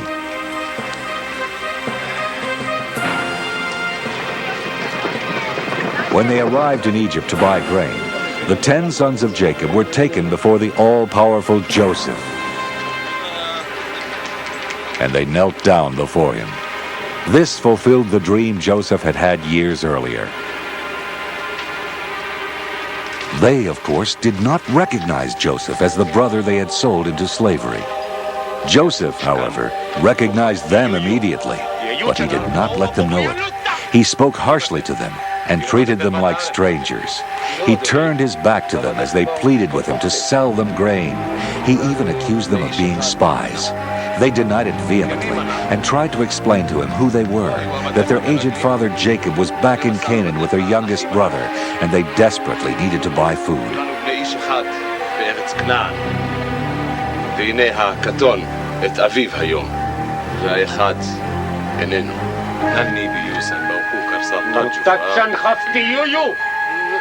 Joseph pretended he did not believe them and threw them into prison.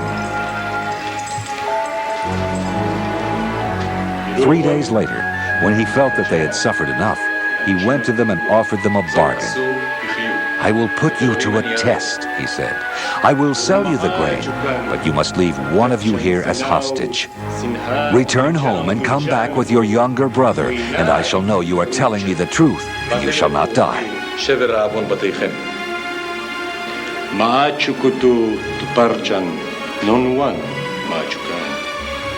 ויאמנו דבריכם ולא תמותו.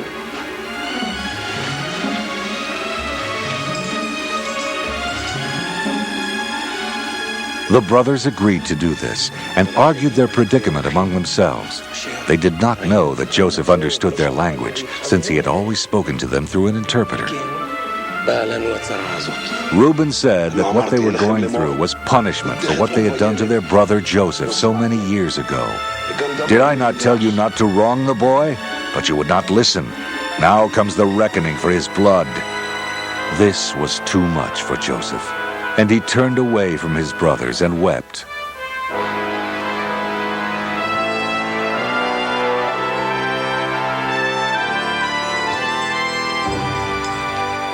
Then he returned to them and picked out Simeon as a hostage.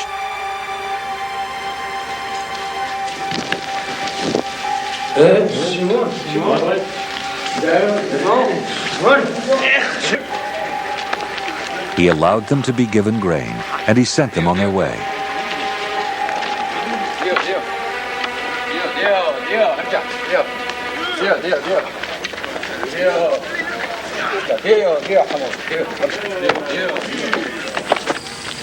When they got back to Canaan, they told their father what had happened to them in Egypt. He was in despair. In Genesis 42:36, Jacob cries out, I am the one you have bereaved of children. Joseph is no more, and Simeon is no more. And now you would take Benjamin.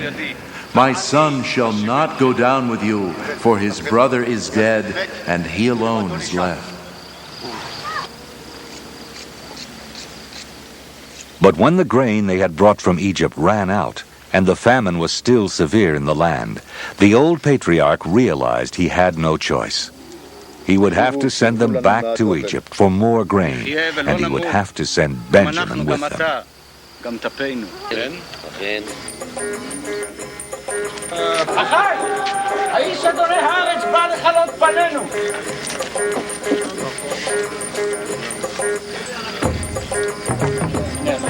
When the brothers arrived in Egypt and once again stood before the mighty Joseph, their reception was entirely different. Joseph was delighted to see Benjamin with them, and he ordered his steward to take them to his house and slaughter an animal, and he would dine with them at noon.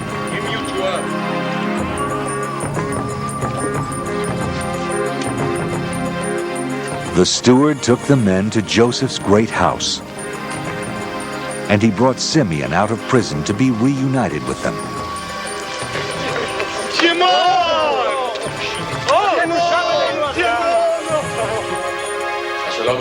Joseph joined them at noon and asked them about their father, and paid particular attention to his younger brother Benjamin.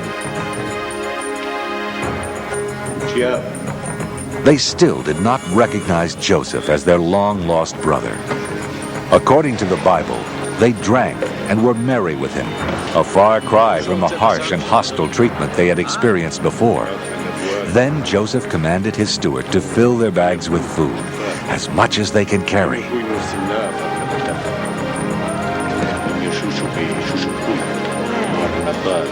He also took his own silver cup and told the steward to secretly place it on top of the grain in Benjamin's sack.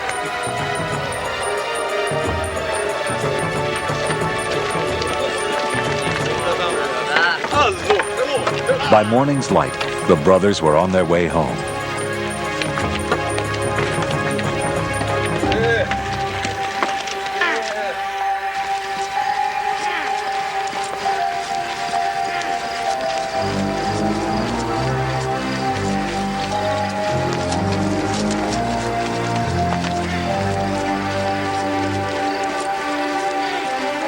They had traveled only a short distance when they were overtaken by Joseph's steward, who accused them of stealing Joseph's silver cup.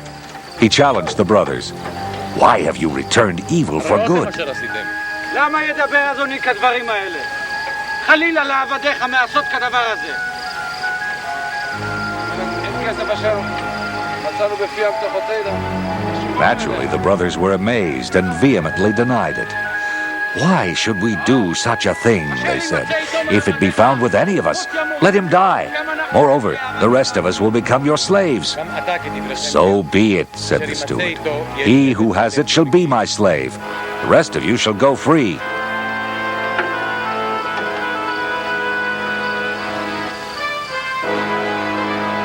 The steward began searching each man's sack, starting with the oldest.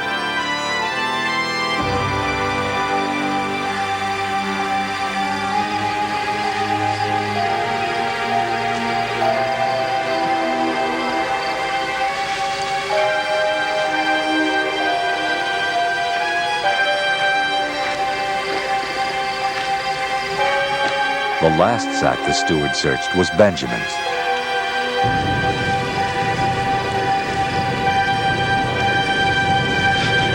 And there, of course, he found the silver cup. Seeing this, the brothers cried out and tore their clothes in despair. How could they ever explain this to their father, Jacob? They loaded up their donkeys and returned to the city.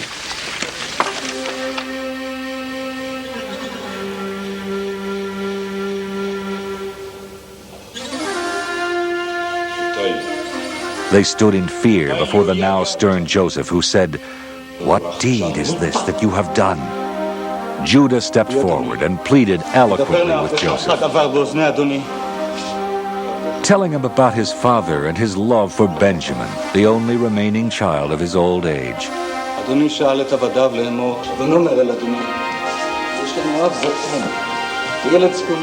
He ended his plea by asking Joseph to let him stay as his slave and let Benjamin go back to his father.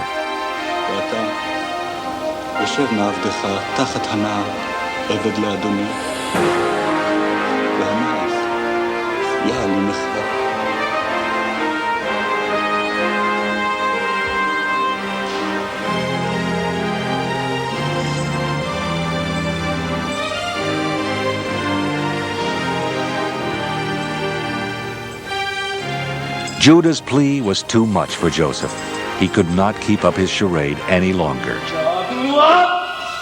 He cried out and sent all the Egyptians out of the room, and he wept so loudly that all the Egyptians could hear him, and also the household of Pharaoh.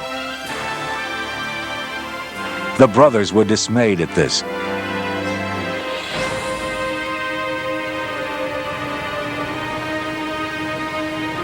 But Joseph said, with great compassion and understanding, in Genesis 45:4,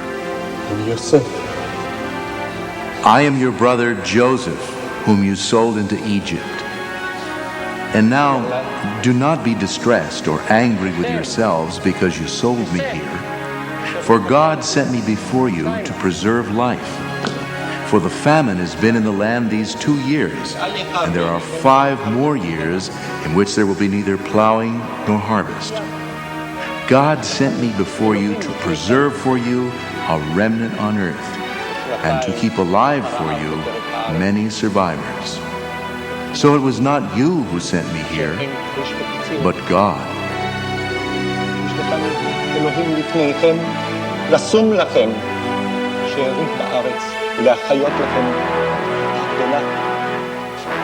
When Pharaoh heard that Joseph had been reunited with his brothers, he was very pleased.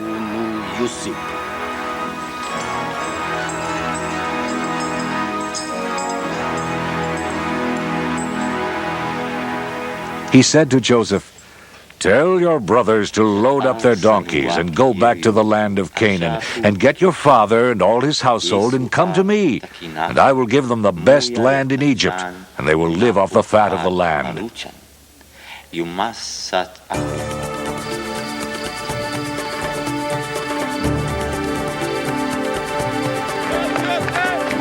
When they returned home, and Jacob heard the whole story, that his son Joseph was alive and the governor of all Egypt, he was stunned, and at first he didn't believe them.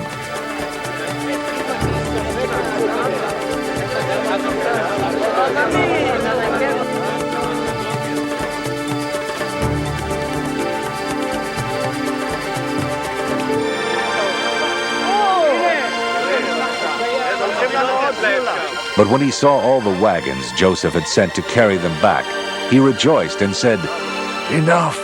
My son Joseph is still alive. I will go to see him before I die." So Jacob set out for Egypt with 70 members of his household and all their belongings and livestock.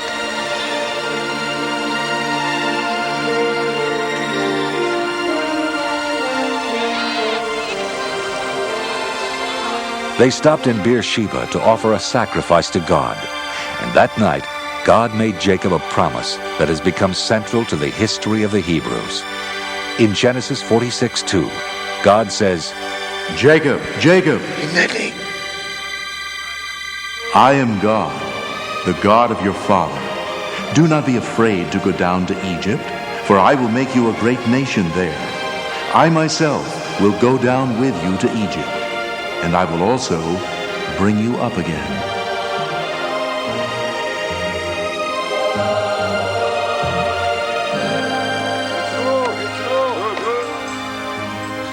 When Jacob and his large family arrived in Egypt, Joseph presented him to Pharaoh, and Jacob blessed Pharaoh, and Pharaoh was as good as his word.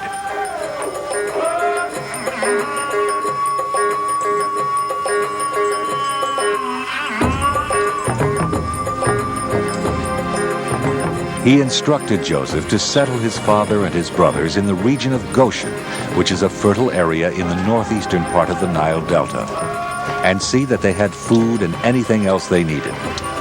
Jacob and his people prospered there, and they were fruitful and multiplied, and Jacob lived in Egypt for 17 years.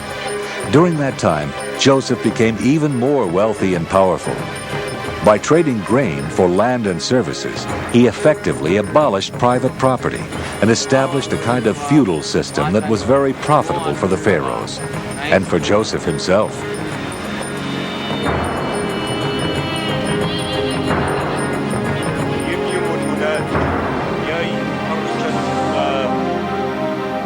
Then one day, he received the sad news that Jacob was dying.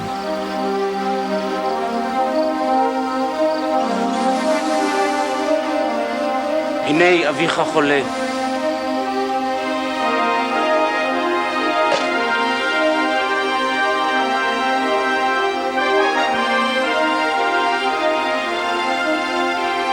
He took his 2 sons, Manasseh and Ephraim, and went to his father's bedside.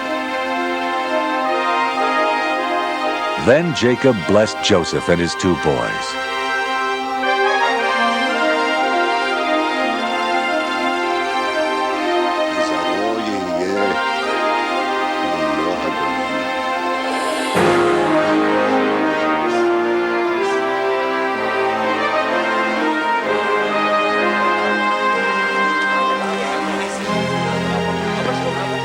Jacob then called all his other sons around him, and he blessed them also.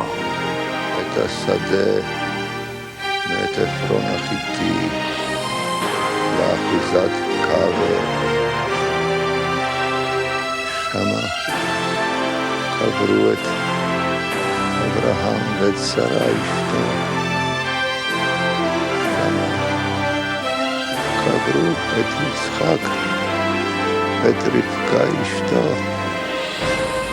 ושמה קברתי את לאה. And then, surrounded by the men after whom the 12 tribes of Israel were named, the patriarch Jacob breathed his last. He was 147 years old.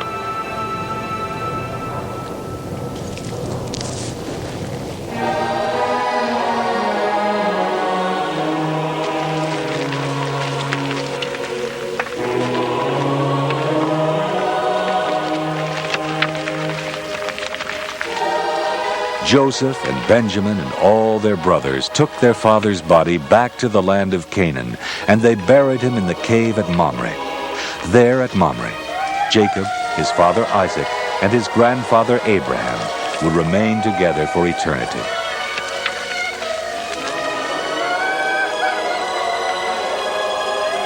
Joseph returned to Egypt, where he had a large family of grandchildren and great-grandchildren. He lived to be 110 years old, and when he died, he was embalmed and placed in a coffin in Egypt.